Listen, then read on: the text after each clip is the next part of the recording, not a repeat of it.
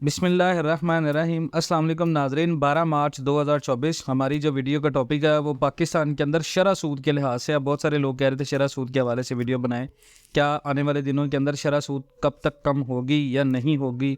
तो हमें शरह सूद के लिहाज से बहुत सारे लोग जो इन्वेस्टमेंट करते हैं, कोई गाड़ी ख़रीदना चाहता है, कोई प्लॉट ख़रीदना चाहता है, कोई गोल्ड ख़रीदना चाहता है, कोई स्टॉक ख़रीदना चाहता है, कोई रियल एस्टेट के अंदर इन्वेस्टमेंट करना चाह रहा है। तो क्या हमें इस वक्त शरह सूद के कम होने का इंतज़ार करना चाहिए या पाकिस्तान के अंदर हमें इन्वेस्टमेंट कर देनी चाहिए।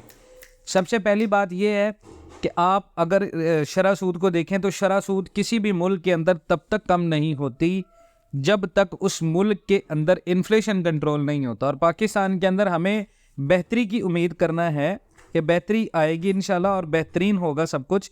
लेकिन इस वक्त जो पाकिस्तान के अंदर आप देखें तो वफाकी कबीना जो है वो बैठ चुकी है, और ये जो वही वफाकी कबीना है जिसके दौर में पाकिस्तान के अंदर डॉलर 300 प्लस जा चुका है। अब यही लोग, यही टीम दोबारा पाकिस्तान को दोबारा सर्व करने के लिए तैयार है, और दोबारा उनके वही दावे हैं कि हम पाकिस्तान के अंदर गुर्बत और महंगाई में कमी कर देंगे।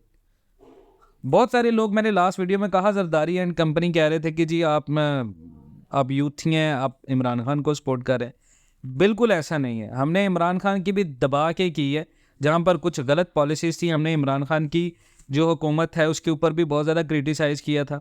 अब सवाल ये है कि पाकिस्तान के अंदर हमारा जो मकसद है वो ना तो पॉलिटिक्स है। हम बेसिकली टॉपिक की तरफ आते हैं, वीडियो लंबी हो जाएगी। तो देखें जी, शरह सूद कम करने के लिए आपको अपने मुल्क के अंदर इन्फ्लेशन कंट्रोल करना पड़ेगा। शरह सूद कंट्रोल करने के लिए आपको मुल्क के अंदर टैक्सी रिफॉर्म्स करना पड़ेंगी। आपको अपने मुल्क की अशराफिया, जो आपके मुल्क के 70 से 80% आपके मुल्क की मालिक है, आपको उसको जो है वो कमज़ोर करना पड़ेगा, उनसे टैक्स लेना पड़ेगा, फिर जाकर जो है वो शरह सूद कम हो सकती है। उसके अलावा अगर आप शरह सूद कम करने की बात करें तो ये सिर्फ एक ख्वाब ख्याली है।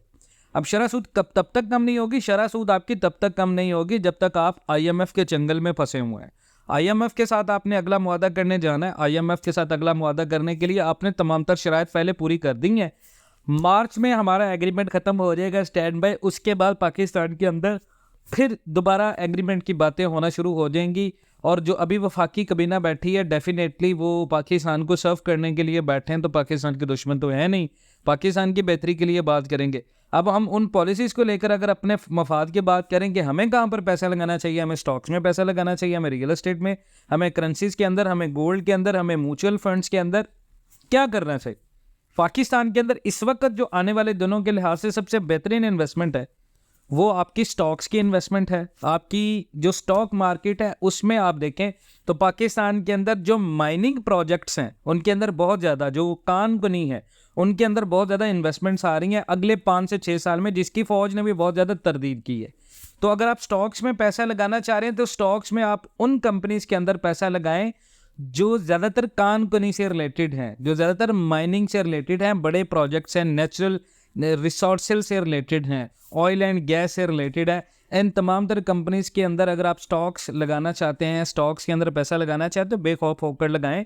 इनकी डिमांड पाकिस्तान में कम नहीं होगी। उसके बाद नंबर 2 पे बहुत सारे लोग रियल एस्टेट के अंदर पैसा लगाए। रियल एस्टेट के अंदर ना कोई प्लॉट खरीदना है आपने, ना कोई अपार्टमेंट खरीदना है, सिर्फ आपने फिनिश प्रोडक्ट्स खरीदना है जो रेंटल इनकम दे। हर वो चीज़ जो आपको रेंटल इनकम दे रही है, अगर आप कोई प्लॉट खरीद रहे हैं, वहाँ पर आपको रेंटल इनकम आ रही है, कोई गाड़ी खड़े करने की पार्किंग बना रहे हैं, तो वो आपने ख़रीदना है। हर वो चीज़ आने वाले दिनों में आपको फ़ायदा देगी जो रेंटल इनकम प्रोड्यूस करती है रियल एस्टेट में।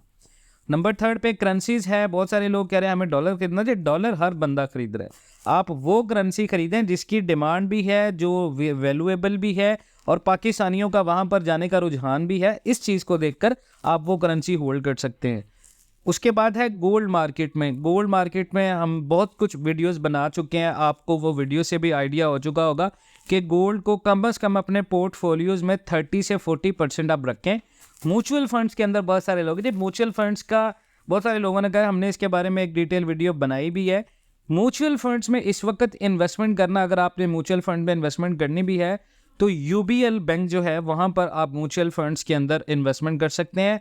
बेहतरीन आपको मुनाफा भी है, लेकिन इसमें 2 टर्म्स हैं। एक है फिक्स म्यूचुअल फंड्स जो कि इस्लाम में हराम है, एक है आपका रिस्की बेस कि अगर प्रॉफिट होगा तो आपको प्रॉफिट मिलेगा, अगर लॉस होगा तो लॉस मिलेगा।